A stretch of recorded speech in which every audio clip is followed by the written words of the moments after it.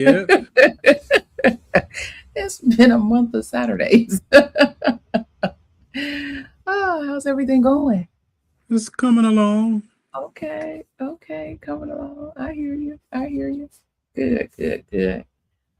Whew. But everything is good. No worries, no issues, no problems. Well, it's always issues, but you See, I know how to poke the bear. know. Always issues. I hear you. I hear you. Oh, yeah, yeah. Hopefully, well, in some parts of the country, I don't think spring has sprung. I was like, well, hopefully spring has sprung, but not so much for some folks still getting all that daggone snow. I said, well, what is happening? Is we just are we see, just split in half here? see, here, like I want to say last week or so, like last week, I think it was. It did spring a little, but it sprung back because it was actually really nice. It was almost warm, but Yeah. now I got Oh, my you heat on. go. Oh no. Mm. It's supposed to. We supposed to get a cold. I guess tomorrow. It's supposed to rain and get a little cold, but we have been in like the 70s for a few days. Mm. It's been beautiful, rainy, but 70s nice. I'm like, oh, I just love the when the spring comes and we get the new grass because it's so pretty green. Oh, it's so pretty. I'll be like, "Ah." And then of course it'd be drying out and be looking a hot mess. But now it's beautiful. It's really beautiful. All right, all right. Let's get this party on the get this party started. Let's I total uh off topic, but I was listening to the radio the other day. Really not off topic because I was just saying let's get it started. And MC Hammer's birthday was the other day, and they played this whole mix, and they was playing "Let's Get It Started." Oh, I was like, "Come on, Hammer! Hey, I remember all of that. I wanted to get into my little pants and do my little dance. I had to pull over. Uh-oh. I know I was doing way too much. All right. Well, welcome to our Saturday morning tea, where we discuss health information, news, education, the weather, doing way too much with MC Hammer, and certification tips in entrepreneurship, and really the revenue cycle at large. As you come in, don't forget to hit the thumbs up or like button. I'm Clarice Warner, the girl with the pearls, the founder and senior education director of the Professional Reimbursement Network, LLC, where coding education is key. And PRN is a healthcare compliance consultancy located in Cincinnati, Ohio, that specializes in revenue cycle and regulatory compliance in education. And let me ask, do you know what it takes to be a certified marketable medical coder? Do you? Well, before I introduce my co host, let me share with you information on a free email course on the 5 steps to become a certified marketable medical coder. Are you interested in medical coding, but not sure where to start? And scared of wasting time and resources? Let me help you with the right steps to become a certified marketable medical coder. Learn more at bit.ly/5stepscoder. Hey, if you are interested in getting more information about the 5 steps to become a certified marketable medical coder, then check the video description for the link. So joining me today is my partner in success. I swear I feel like it's been forever. My Mm. co-host, Mr. Jesse, the registered trademark. You see it down there? The registered trademark. Put some respect on his name, the coding nurse. Sir, introduce yourself and tell the folks all about you. Good morning, everybody. My name is Jesse. I live in Philadelphia. I have been in healthcare for longer than I care to admit. I left the bedside in 2014 and moved into risk adjustment. And during the pandemic in 2020, I created a company called the Coding Nurse LLC, where I help nurses and other people in healthcare with a clinical background transition into the wonderful world of HIM. And how is that going? It's coming along. No longer than I care to admit. Hilarious. Mhm. See, this check-in, this catch-up is gonna be funny. I already feel it in my spirit. Off the rails. Okay. So, um, before we jump in, let me remind you that you really can join in this conversation because we're just catching up, talking about the stuff that I, I've seen some things that just made me just scratch my head. Like, are you for real? Really, really? Okay. Well, let's dig into it. All right. So don't be shy. Jump in the conversation. Your opinion always matters and is welcomed here. And you know what to do. Use the chat. If you have a question for us, make sure you put a Q first. I know I say this and nobody ever puts the Q, but so we know it's a question for us and we don't miss it. So again, for those who are just joining us or watching the replay today, we are just checking in and checking the post and make sure everybody is all right in this world we live in today. My God, today. Mhm. I don't have any church announcements. Do you have a church announcement? Or are you up and running? Do I need to? We got something I, going. I do have an announcement. Well, let me wait. Well, hold on. Wait a minute. Then Uh, we gonna do what we do. Hold on. Change is coming. Hey. All right. Let's get into some church announcements. Look at God. Won't he do it?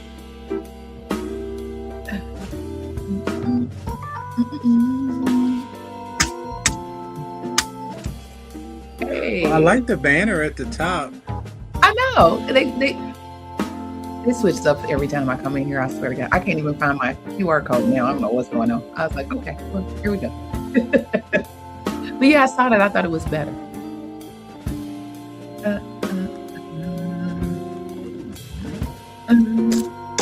Hey.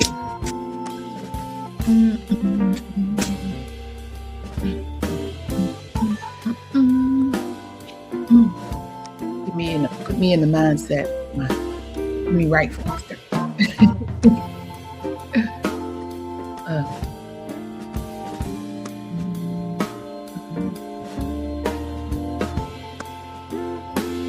Okay. Hey.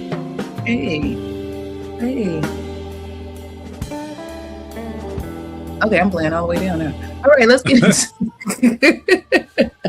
I'm like, I'm hearing parts of the song I don't even know if I've heard before. All right, sir.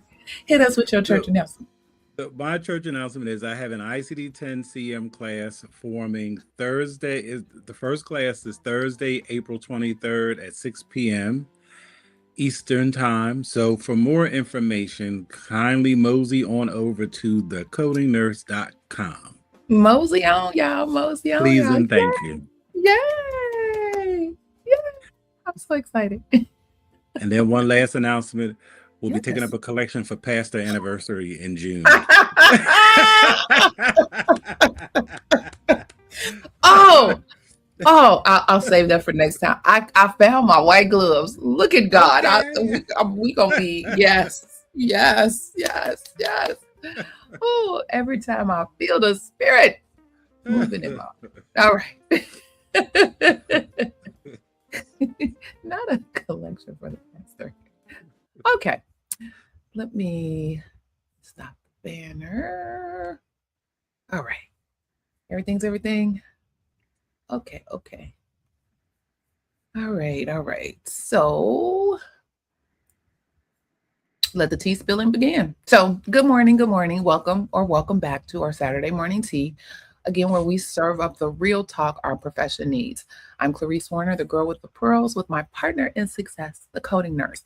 And if you're new here, welcome. We meet usually every Saturday morning to demystify medical coding, billing, and everything that keeps healthcare revenue flowing, and talk about the things in healthcare that actually matter for your career, your compliance, and your paycheck. And to my returning friends, thank you for being here. So get your cup and come on in the room because this morning we're checking in and catching up. All right. Okay. Let's see. Hi.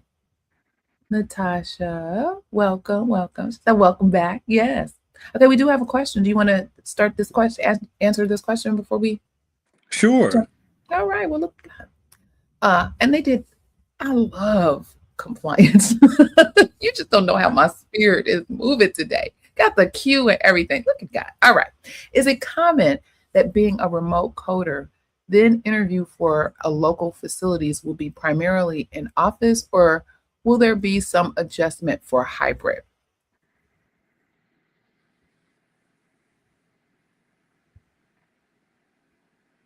Did you want to take? Oh, I'm Depends on not. your facility. I mean, I think it Yeah, depends. I'm not really.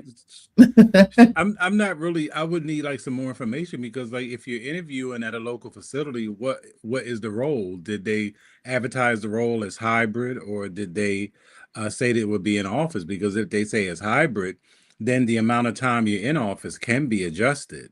Hmm. But if And that's it's in negotiable. office, yeah. You But can play around with if that in it's the yeah. negotiations. But if it's an office, I don't know if you can. Maybe you might be able to convince them to do hybrid. I don't know, but that would Yeah, be something that you would negotiate, in my opinion, during the interview. yeah. Oh, it says 100 So 100%. in office. Okay. Yeah, yeah.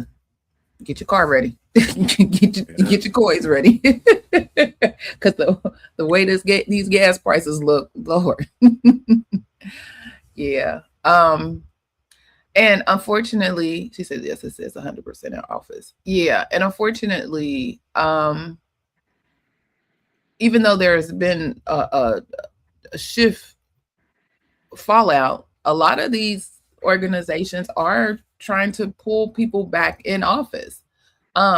Not so much. I haven't heard so much about uh like are those traditional coding positions because most of them were already Oh, outsourced, and a lot of revenue cycle has been just at home for a minute, and I don't see many of them coming back. Those spaces have been taken up with clinical care, so there's no, especially in a lot of the facilities, they've made better use of those spaces. So yeah. Wait a minute. She has more. Oh, this is someone else. I'm sorry. Oh, look at y'all. Come on in the room, y'all. If a job requires you to live within 60 miles of a facility, but states the job requires 60% travel, is that means I would be going in the office most of the time? Um, mm, probably. probably, probably, and depending on the position. So,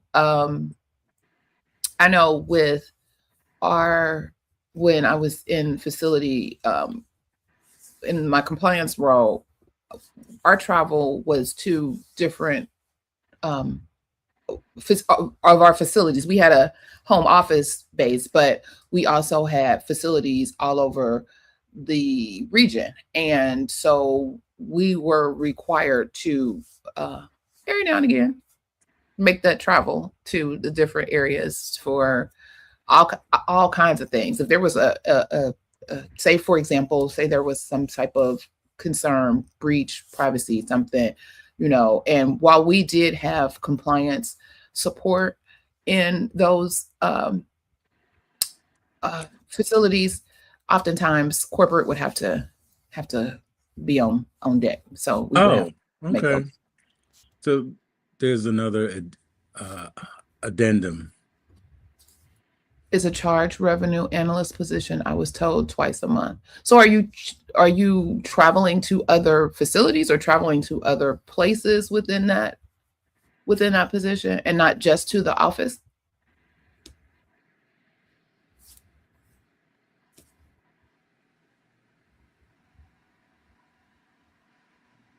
But I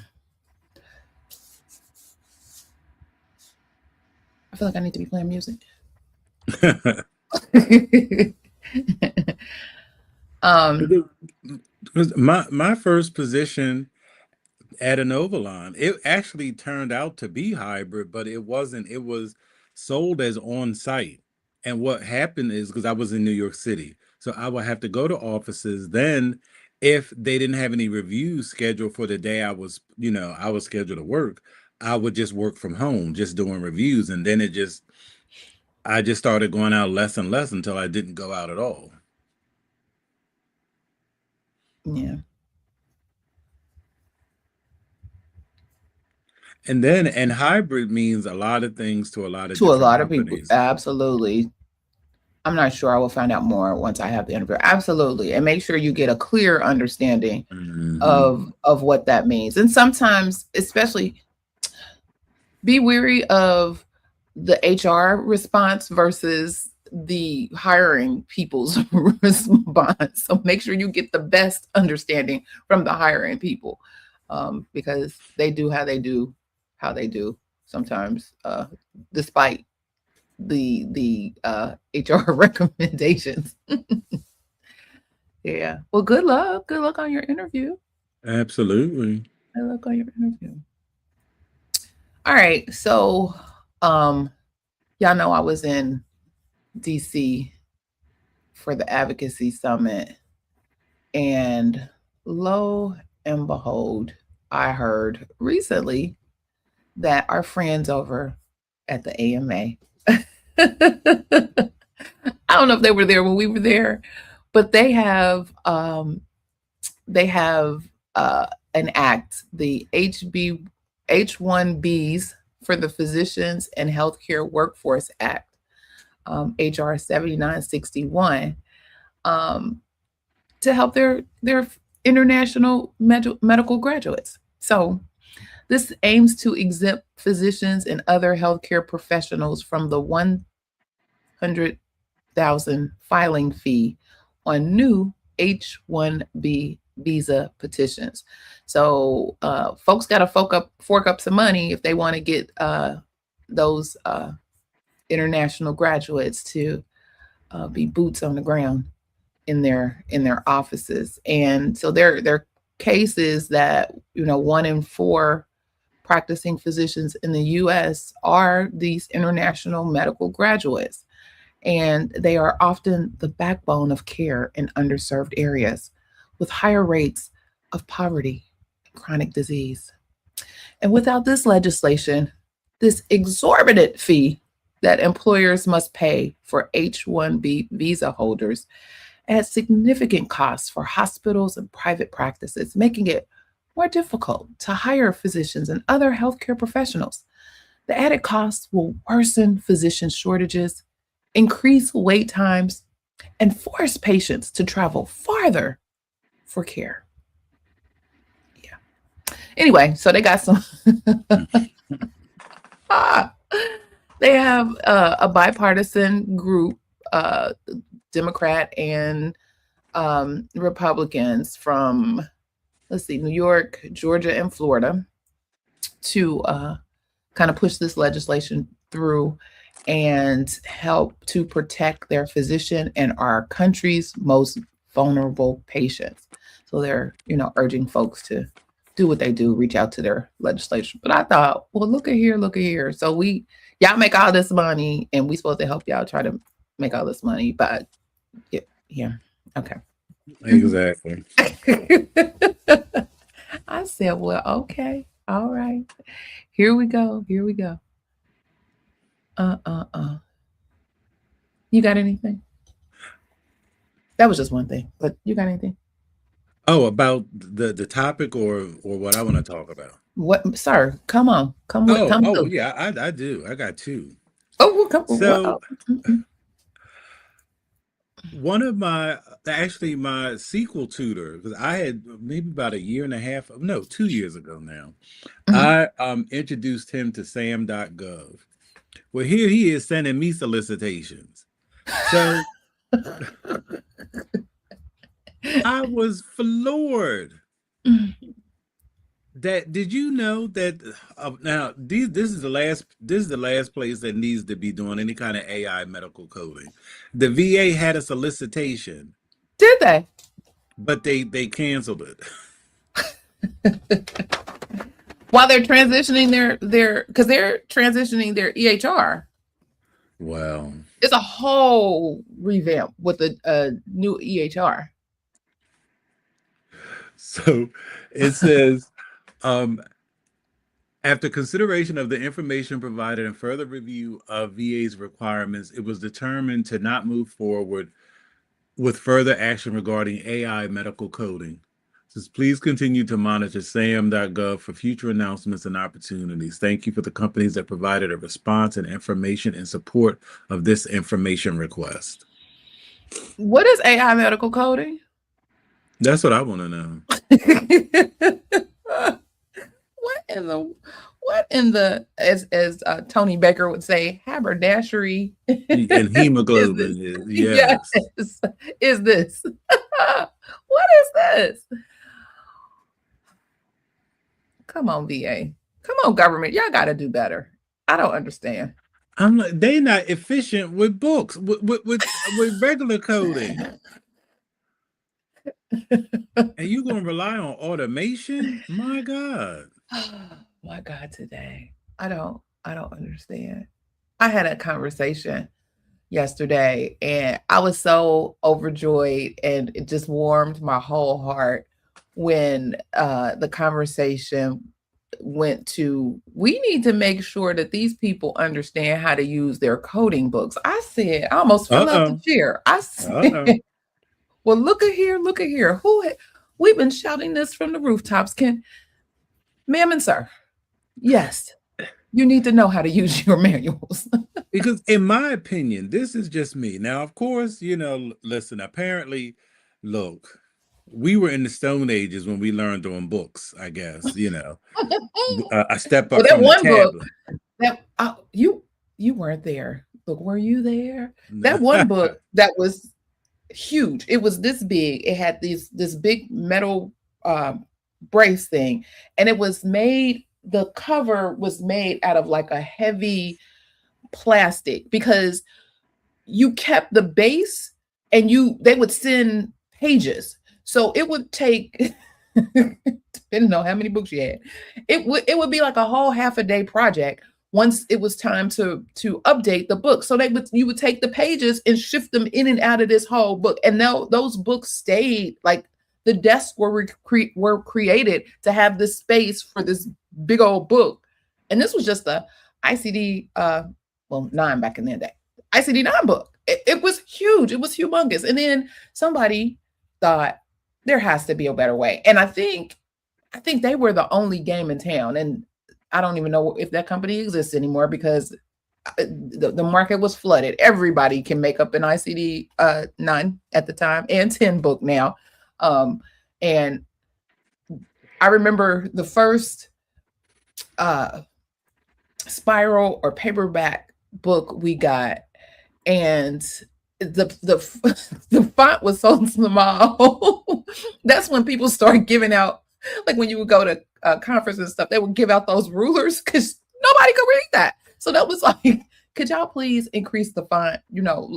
Folks are getting older, not younger. Eyesight is getting weaker, not stronger. Please increase the font. So they did like probably a point or half a point.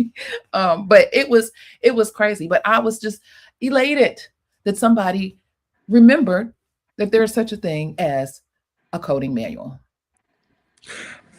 And in my opinion, go ahead. it improves your learning because it's the tabular is so visual. Mhm. Like it's colorful. You Mhm. see you see the coding conventions in red. You see the conventions at the top of the code category. It's all that, and it's not to say that same information is not available with in like Solventum or 3M, but it doesn't hit the same. It's not as Right. impactful, in my opinion. Right. You are absolutely right. Let me see. Let me show this. I saw this. I took a picture of it. Okay, how are we gonna do this? Let me see. Let me see. Yeah, testing my.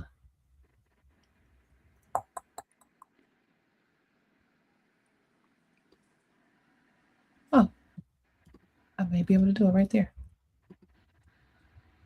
Yes. So I saw this little what was this? I think it was on LinkedIn or maybe it was in Facebook. I don't know. It was somewhere. It's like breaking news in medical coding. AI tried to code a chart, got stuck in the guidelines. Coder is still required. I'm like, really? This what we doing? But you see, they're books, but the little AI robot is his or her back is to the books. Would you please pick up a book? Maybe that'll help you get through what you need to get through. How about that? How about that? But yeah, that I heard that and was like, mm-hmm, mm-hmm. Well, Go well, ahead. just speaking of just last night, I tutored somebody for like almost an hour and a half, and this is about the book. You know, people have to be taught because to me, when you are taught to use the book, it teaches you to identify and pick out the main terms and conditions and in Mhm, scenarios. It mhm, improves your learning. mhm. So a lot of the mistakes that she was making, it was because she either couldn't find the code or when she found the code, she didn't read further enough because you know how in yeah, because you know Yeah, right. how in CPT, you have those parent codes. So you have Correct. the family codes. I mean, so you have the Correct. parent, then you have to read to get to your specific situation. Correct. And that's what she wasn't doing. I'm like, see, that just comes from like you have to, but if the parent code doesn't address the situation, that's why it's It's indented. You have indented. to look Mhm, further mhm. and see. And do you know where she was going to get the answer? She couldn't find it in the book, Chat GPT. See, that's not. My God, today. And of course, it was wrong. So think about this, people. And maybe and all I can think of or all I can address is AI today. What AI looks like today. Because tomorrow it may be something else. Somebody might even hear this conversation and be like, oh, that's what I need to do. Da, da, da, da, da, da. But today, someone puts the information in the algorithm in the machine. They could potentially upload a whole code book in the machine as far as the codes and the information.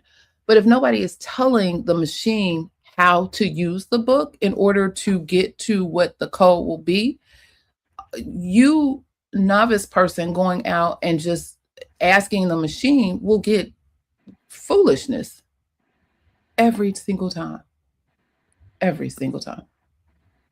Because there is a method. Again, we tell people all the time, if it was so easy just to pick up a code book and because I remember I used to hear you would hear people in smaller offices, oh, we got a book, we just go in and we look and we be like, okay, really? Nobody is looking around and trying to like it's a method to it. You have to know how to code. There's a skill in that. And to your point of identifying keywords, I do a whole lesson just on let's identify some key terms here. Where are we starting? What are we looking for? What's happening here? Folks just get in and be like, oh, I see this, and this, and that. Where are we? Let's start at the beginning. In the beginning, we needed to identify some key terms. I'm like, Because if you don't, then you're going down, you already starting on the wrong road. on the wrong world. It's And, not going to get you anywhere. nowhere. And y'all know y'all on productivity. Play around if you want to. Play around if you want to. But yeah, I was just so thrilled just to hear, oh, we just make sure that the people know how to use their manuals. I said, I leaned all the way into the camera, like, you are so right. Thanks for sharing that information with others and stop relying. And, and I made the case, the computer assisted coding is suggestive. It's suggesting things. You still have to validate and validate it not only against the documentation you have, but validate it against the rules, against the guidelines, against the information. I'll get off my soapbox for 5 minutes. What else did you have? Then I wanted to talk about these it about new coding, excuse me, new coders finding jobs Mm-hmm. because that seems to be a very, very big issue. Mm-hmm. And I've noticed something on, in particular, LinkedIn. Now, I don't hear coders complaining about not finding jobs in LinkedIn, but I see that a lot of jobs that are available in LinkedIn, in particularly when it comes to risk adjustment, are offshore positions. And they have like zero requirements because they don't, apparently, they don't call them um, new, they call them freshers. And Yeah, I you see. can go We had that conversation before too. Like, what you is can a go up fresher?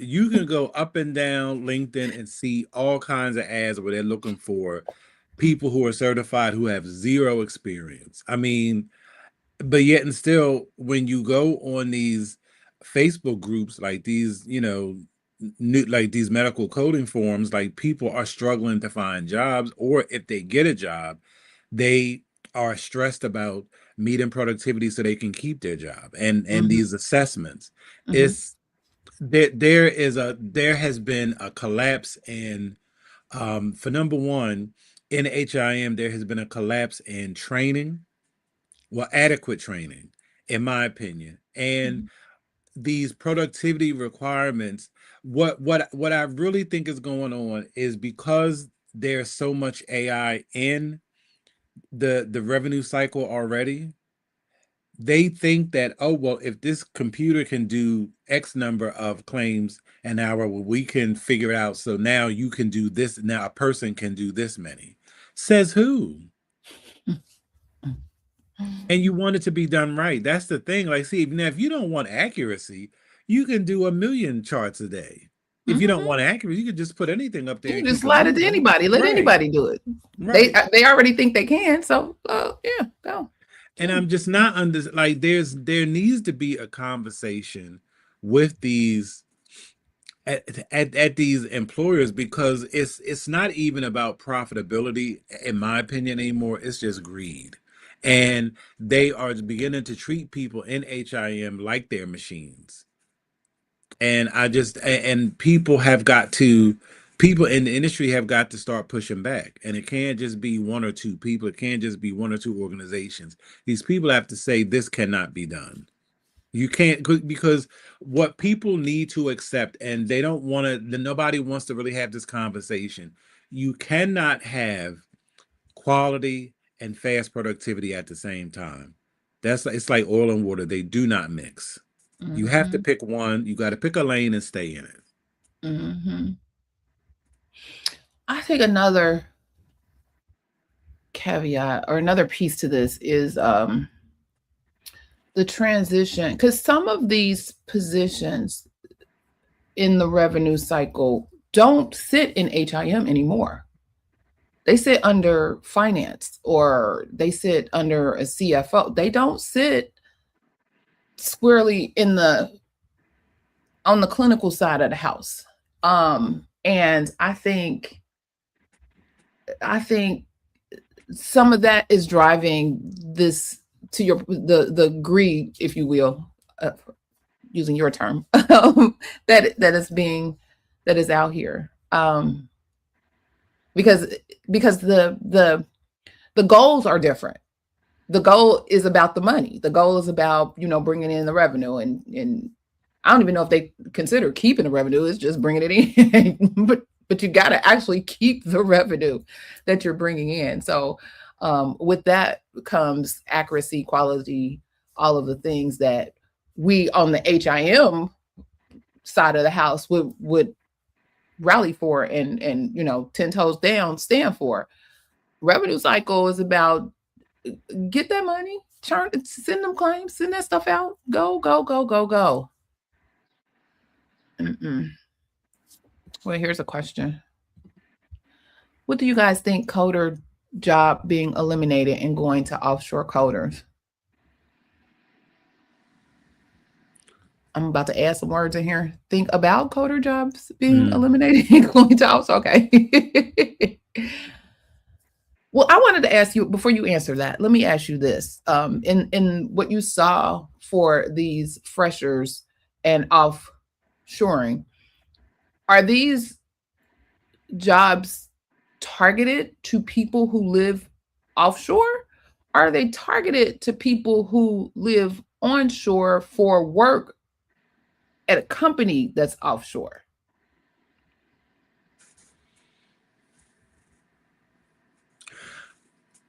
I don't know any company. I have never had to apply for a job for a company in India, like in the United States. Like they have foreign phone numbers. I don't no, I don't know any business in America that has a WhatsApp. That's how you communicate. Hmm. So, didn't you at one point some company wanted Oh, all they of them. had Everyone I work for, yeah. they They have don't. offshore people or offshore location or offshore whatever, but they have onshore people either managing or training or da da da da da. Hmm. So, okay. I think I may be answering my own question. Okay. So I'm thinking, so, but you said these are directed to the offshore people on LinkedIn. Yeah, because even the salary is not in U.S. currency. Hmm. Hmm. Okay. Wait a minute. There's more. I'm not sure 100 of people jobs got eliminated in the US. Now the offshore coders are employees of the facility. Hmm. Okay. I literally only reply to positions on the company websites. I research the company and then apply on the site. Yeah, that's smart. Because well, I know Indeed had a problem with some fake jobs or fake and I'm not certain about LinkedIn. Usually LinkedIn, well, no, there are some ads. I'm not gonna say they're not. There are some ads. So say usually LinkedIn would be somebody saying, "Oh, we're hiring at such and such and such," and here is some information. At least that's what I see it pretty much in my feed. But I don't actively go looking and searching. And if I was looking for a position like that, I will be actively. Maybe I'll do some cursory research just to see what actually is out there. But as far as the problem that everybody comes back with as it relates to offshoring, and I learned at a seminar recently that almost everybody got some offshoring going on. Coding, some kind of something is happening offshoring with a lot of these healthcare organizations. Period. Um, in all parts of uh, the revenue cycle. Um,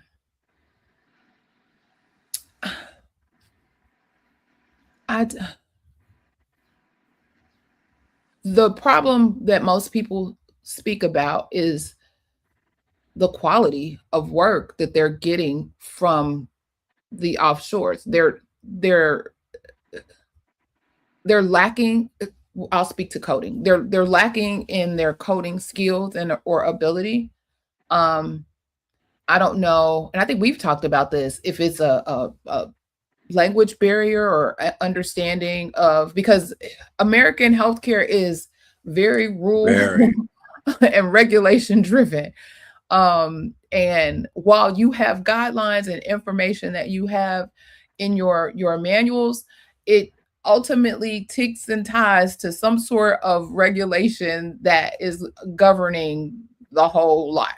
And you have to have knowledge of that. You have to be somewhere, there has to be some knowledge.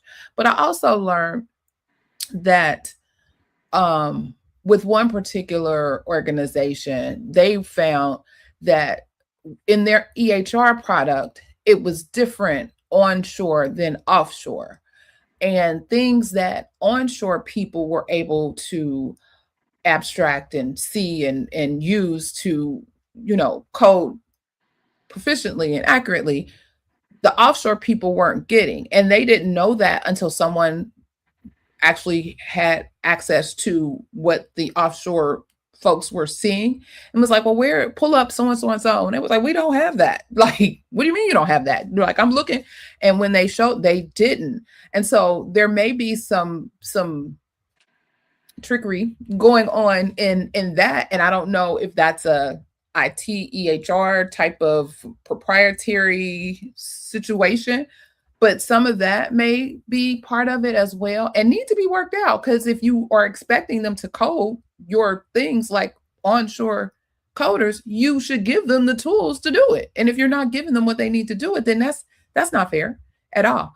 But then you also have, and I'm thinking about some of the offshoring as it relates to um, uh, customer service or having to have a conversation with someone offshore. That the patient satisfaction and all those are plummeting. They don't like that. That's just as bad as press 1, press 2, press 3. They don't like that. Folks don't like that at all. Like, I can't understand them, and I don't think they understand me. And so I'm going around and around, and then I'm trying to find somebody that can relate or can understand and help me get. And it's just a horrible mix of confusion. So I don't know. I don't know if because the offshore jobs or offshore coders, honestly, I think from what I've heard and learned about some of the offshore coders typically do some of that lighter lift of coding.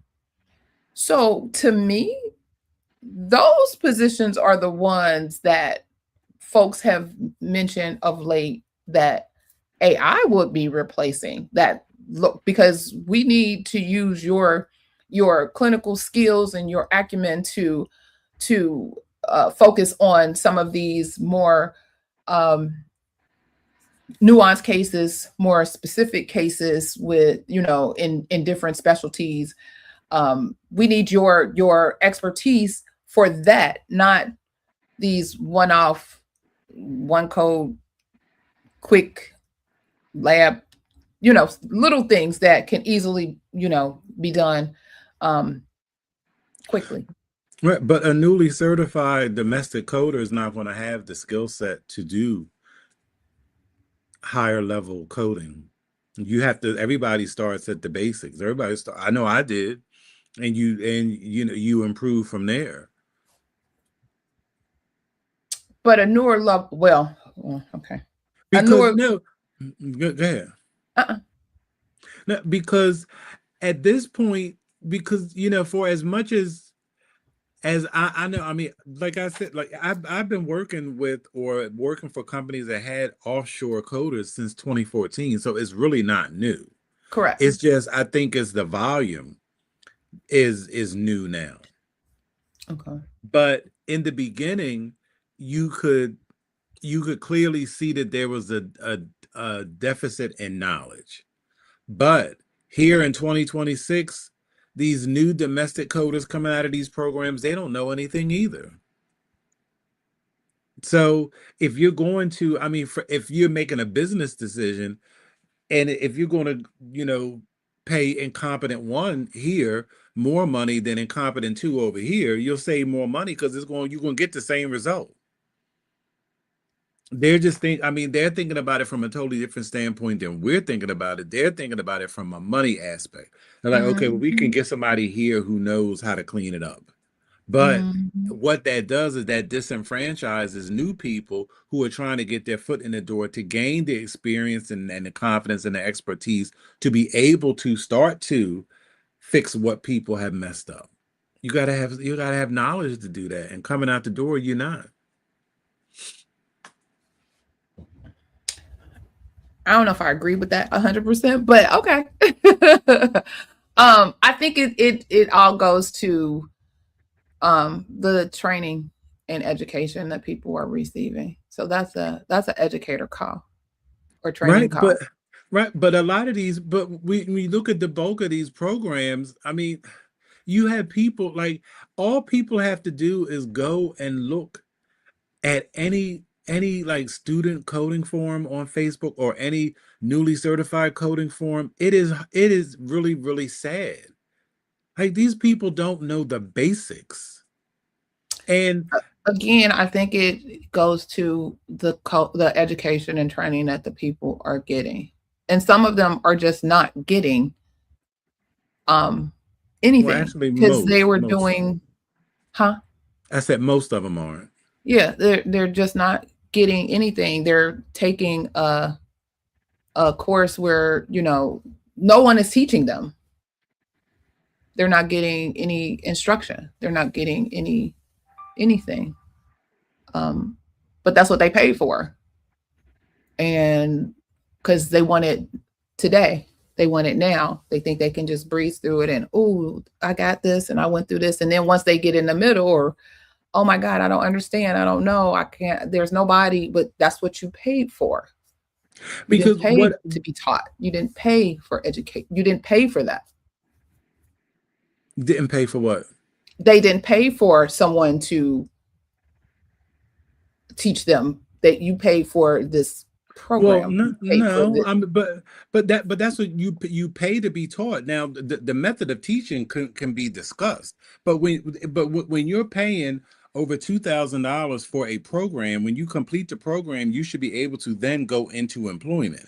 And if But you can't people go, aren't learn. So the people think, and I'm going to speak solely on what happened at the AAPC's program when they decided to just put this program together and sell it to people without having anybody teach the folks. They just handed them the program. You paid all this money. And if you're not a person that can learn that way, you're not learning anything. And then that's when the confusion on, oh, I need this. And so at some point they realized, oh, we got to put some people behind this because they was just churning this stuff out. It's like, oh, you got to put some people behind it. And so then they start putting people behind it for, again, some additional coins, but to help folks comprehend. But initially it was, we gave you the program, we gave you the package, we gave you whatever, have at it. And then people think, oh, I can just go through this and learn this and whatever, and I'll be ready. And they weren't, and they couldn't. And then that's when the struggle oftentimes began. And so those people were not taught. They got information. They may have even passed the CPC exam, but they weren't taught. but They just had information. right? But the way around this, and I don't think it'll ever happen because of the people who dominate the industry, but I just think that AAPC, they need a class action lawsuit against AAPC, and that will stop all of it. It really would. Hit them in their pockets. I paid for this. I did my due diligence because even the people who pay extra for quote unquote instruction, you don't get instruction. You have to email a question, and then I've had people who have taken AAPC class that ended up paying me because they didn't learn anything. Mm-hmm. And it's thousands of people. It's not just Mm-hmm. 50, it's Mm-hmm. thousands of people. Mm-hmm. And this is why you have these stories out here about these people having to take the CPC 7, 8, 9 times before they pass. How in the world? Like, no. Mm-hmm. You're right. And then you try to convince people that you need to, and then because I run into the same thing with nurses and CDI. Like people think, oh, I want to get into CDI, and then they have this little weekend 16-hour course to access, and you think, oh well, that's all I need. That's all you need if your girlfriend gets you in, because that's how CDI. Well, see, nobody wants to really talk about how this ish really works out here. Tell it. These you're not gate CDI is one of the most gate kept positions I've ever seen in my life. Mm. They bring in their girlfriends and they help their girlfriends do their work until they learn. Then they stay there for 2 years. They get their their CCDS, and then they move on to go somewhere else and f up some stuff.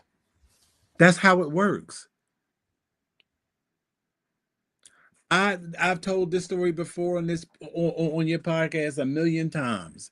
I was the only LPN on my team. I was the only certified coder on my team. My team had doctors, not just one, doctors, nurse practitioners. And when I tell you they couldn't code a procedure to save their life, their DRGs were all messed up.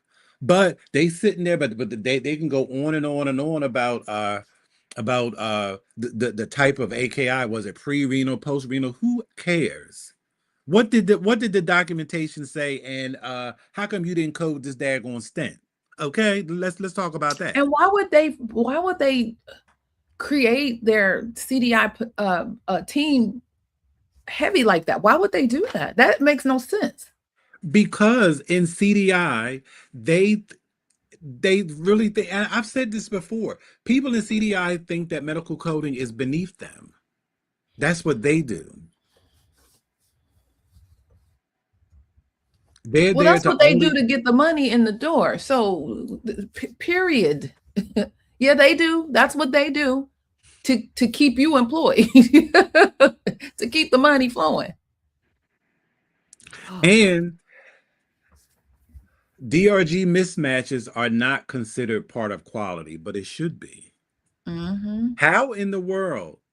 Because if they made just that one little change, oh my God, CDI would change in 3 months because they wouldn't be able to take it.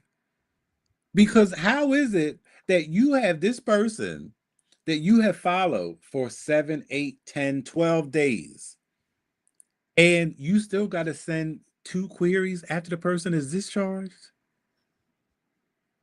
Because and then then they want to uh argue and kind of like discount the coders. Now, are the coders always right? No. But guess what? But if you know, you just explain it to them. Mm-hmm. I didn't have a problem with coders. I had one who because she's so used to people who didn't know. So she thought she could bumble with the B, but she found out she couldn't. Oh my God, today. I don't know.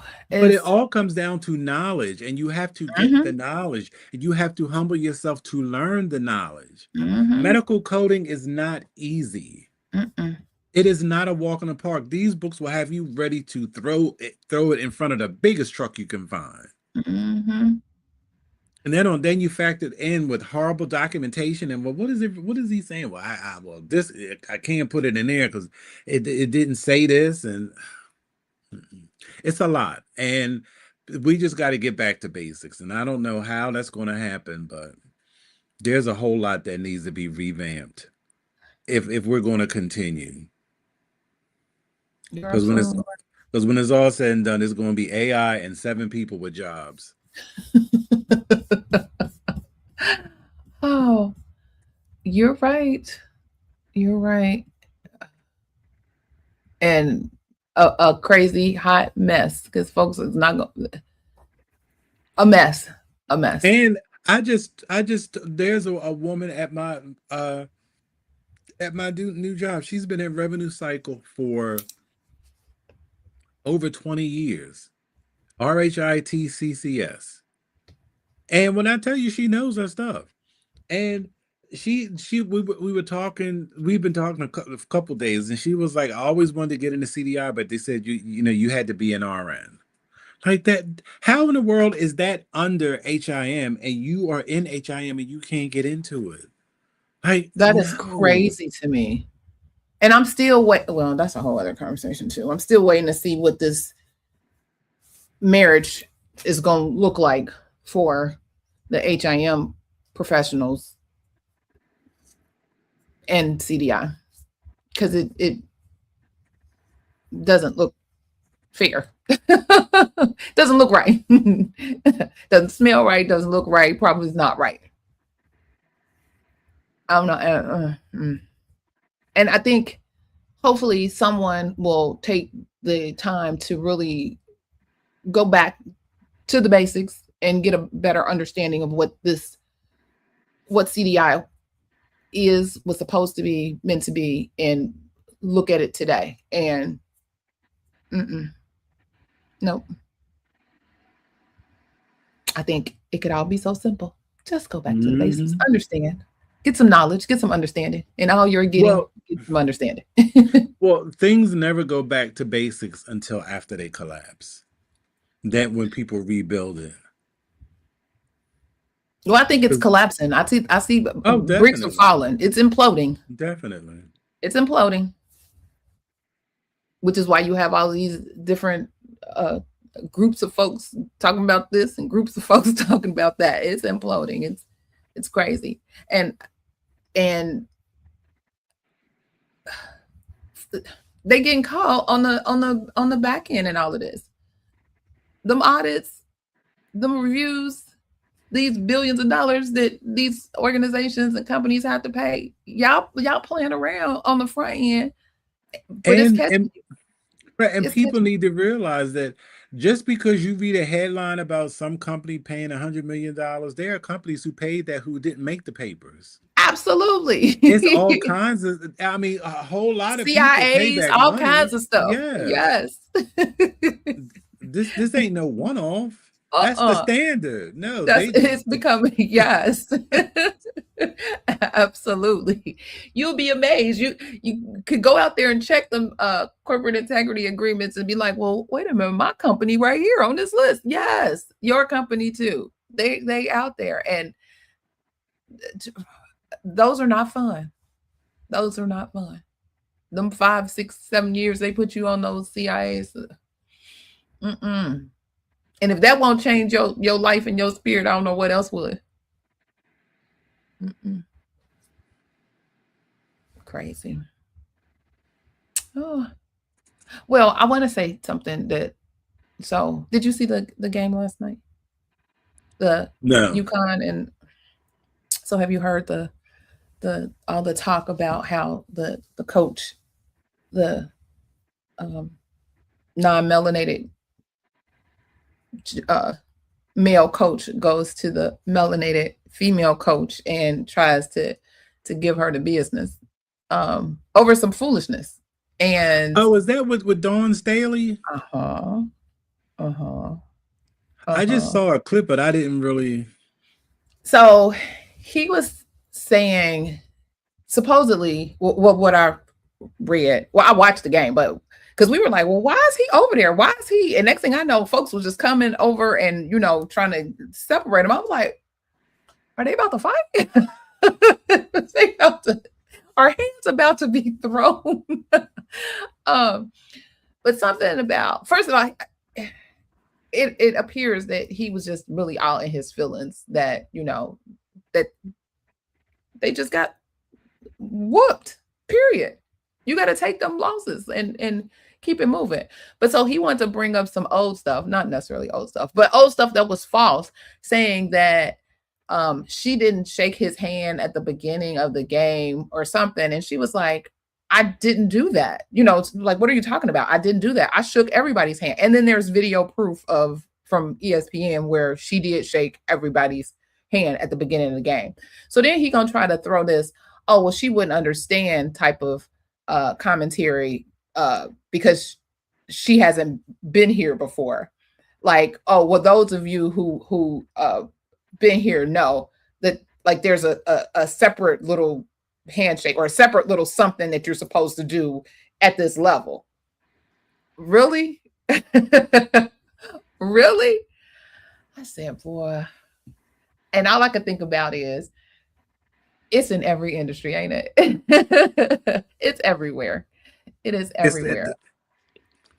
That's a global mindset. It's everywhere. Oh my God. I said, are you kidding me right now? And here we are. I said, whoa. The Folks just feel like they could just do and say whatever it is that they want to do and say, and it's supposed to be all right. No, that is not all right. That is not acceptable. She said, I'm going to be Gino's. When the folks rushed over, I said, "Oh, it's about to go down. Can we have a few seconds of this game? It's stop the game? Everybody just stop because it was going down on the sidelines." I said, "Oh my goodness," but just wrong, and feel like there's nothing that he said was wrong, and does not deserve to apologize for any of the things. Just in his arrogance and I can't think of the word. It's not coming to me. It's just in his arrogance of, this is me, this is what I do, this is who I am. I said, this is shame. This is sad. Hey, but they think this is their time. Privilege. That's what it's coming. In their privilege. This is who they are. This is what they can do. But the score said it all. Privilege or no. There you go. You got whooped. Take it on the chin. Numbers don't lie, they say. Data don't lie. All right, y'all. All right. Well, this was a good check-in. Hopefully, and thank you all for participating. I love. Yes. Oh wait, he said this. They said this. They call it global network transitioning. That's a clever term. Yeah. Look, I'm gonna be looking for that. If I see global network, I'm just like, oh, okay, all right, that's a clever term. See, that's the other thing. You can't leave out the transitioning. Yeah. Right. That's another thing that you got to learn the language of some of these games that we have to play, because they'll flip it. You'd be like, well, wait a minute. Well, I never heard this term. Oh, it means da da da da da, but it's code word for such and such. Always got to stay 2 steps ahead, y'all. Stay 2 steps ahead. Crazy. All right. Well, we appreciate y'all and checking in. Hopefully, again, you got some valuable information here that you can take. Again, good luck to all of you that are out there job seeking and got interviews coming up and doing all the things. We are wishing you well. If you have any specific questions or anything, feel free to reach out to us. We'll give you some pointers. We'll give you some thoughts on what may be necessary. So yeah, reach out. We're a community here. We help each other. Ma'am. Ma'am, it's okay. You always got the replay. You always got the replay. Right. You can watch the replay. We either live or replay. It's cool. So just remember, we are professionals. We are essential. And this community right here, we have your back. So feel free, check in, be a part of our community. You can always join us at the PRN Tea Sippers. Unfortunately, I don't have my QR code. I don't know where it went over here. I got to find it, and nobody had time to look for it. But I can put my little slide up, I guess. I can do that. How about that? Look at God. Won't he do it? Yeah. So you can join us at the PRN, the PRN Tea Sippers, bit.ly/PRN, the PRN Tea Sippers, to join the community and, speak one-on-one and get more information. We will not have a meeting after the meeting. I know y'all miss us. We miss y'all too. I have a funeral to go to. Folks are leaving this earth left and right. And I have another funeral today, so we won't have it. I may try to find a way to do something for my meeting after me. Maybe we might do something where we can take maybe 30 minutes or so just to check in, talk, to keep those conversations going. Because that's when the conversation hits. Yeah, so I'll look for that. Mr. Jesse and I need to have a conversation anyway about some things that we got going on. But I'll see what his schedule is, because he's a very busy individual. So see what his schedule is, so we can try to put something together. From your lips to God's ears. Hey, that's right. We putting it in the atmosphere. We put it in the atmosphere. Mr. Jesse, do you have any closing thoughts for today? No, this was a good topic, and I really did like the engagement today. I'm glad people were asking questions and joining the conversation. Yes. And I think, sometimes it's more focused on providing you with information or whatever. Every now and again, we need to have a little kickback where let's talk, let's engage and see, and hear from you. And so I think I will do more of those. And I think that's another thing, like, it's time for the audience to start putting in requests. Like, what is it that you want to know? What information do you want more clarity on, or information about, for us to have a conversation? Yeah. Because we get in our mind like, did you know? And we be like all over it. But then y'all be like, I'm trying to pay my bills. Can y'all, how can I get on? So again, just let us know, and we will be happy to tailor to your request. So again, we don't know. We can't help you if we don't know. So let us know. That's right. All right. So join us each Saturday. I don't think we have any. Oh, my birthday weekend Saturday, we won't be here, but we'll be here next week. So join us next Saturday for another cup of tea and more coding insights. And until then, keep coding with confidence, keep learning with purpose, and keep shining your light. This is Clarice Warner, the girl with the pearls, reminding you that when we lead with knowledge and integrity, and you see that first word is knowledge, get your knowledge, we can navigate any challenge. So remember, be safe, be kind, and don't wish for it, work for it. Until next time, take care. Have a great weekend and happy Easter. Yes. Bye.